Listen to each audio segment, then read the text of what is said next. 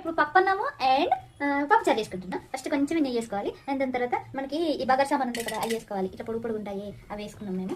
మా దగ్గర ఉన్నాయి వేసుకున్నాం. మేము చాలా కావాలంటే వేసుకుంటాం. బగారాకు కూడా వేసుకుంటాం. బగారాకులు కూడా వేసుకున్నాం. ఒక 2 బగారాకులు. శనగపప్పు వేసుకోండి. అలా వస్తుంది సింపుల్గా అనుకుంటా.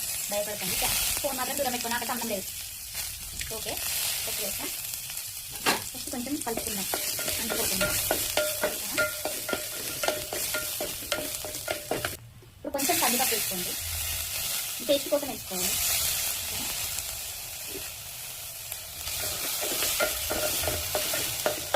వేసుకున్న తర్వాతకి ఇందులో కొంచెం పసుపు వేసుకోండి.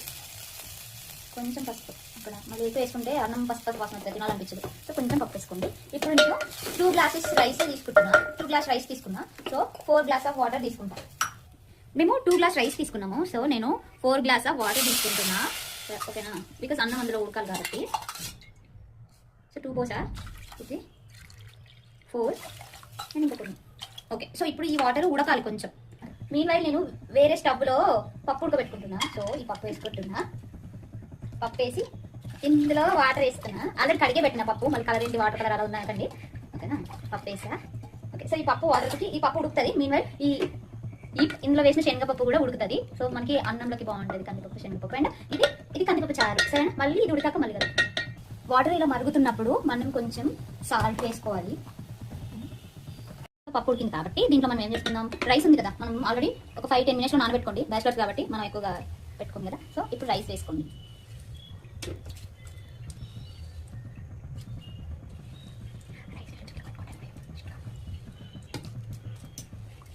రైస్ వేసుకున్నాం కదా, ఆ రైస్ వాటర్ ఉంటాయి కదా, ఆ రైస్ వాటర్ని మీరు ఫేస్కి అయినా పెట్టుకోవచ్చు, హెయిర్కి అయినా పెట్టుకోవచ్చు. సో అది కొంచెం రిజల్ట్ చూపిస్తుంది. You can try. సో అన్నము చూడండి ఎలా కుతకుతలాడుతుంది. ఈ ఆవిరంతా అవగానే మూత పెట్టేసుకోండి. సో మనం ఫస్ట్ పప్పు 50% ఉడికిందో లేదో చెక్ చేసుకోవాలి. చెక్ చేసుకున్న తర్వాతకి దీంట్లో నేను టమాటాలు యాడ్ చేసుకుంటున్నాను. 2 టమాటాలు.